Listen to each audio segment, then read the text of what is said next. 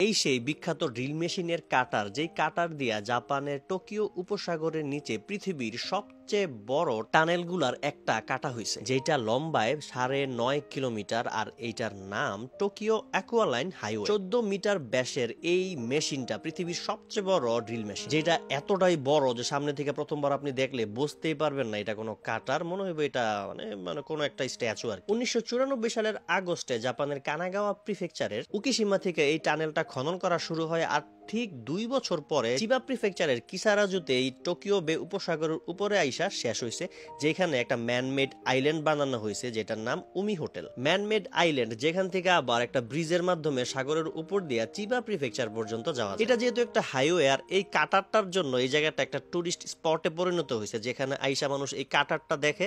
আর এখান থেকে বিকালবেলা চমৎকার একটা সানসেট দেখা যায়। যাই হোক, যারা এখানে আসবেন এই কাটারটা অবশ্যই সামনে দিকে দেখা যাবেন, পারলে ধৈরেও দেখে যাবেন, কারণ এটা ইতিহাসের সাক্ষী।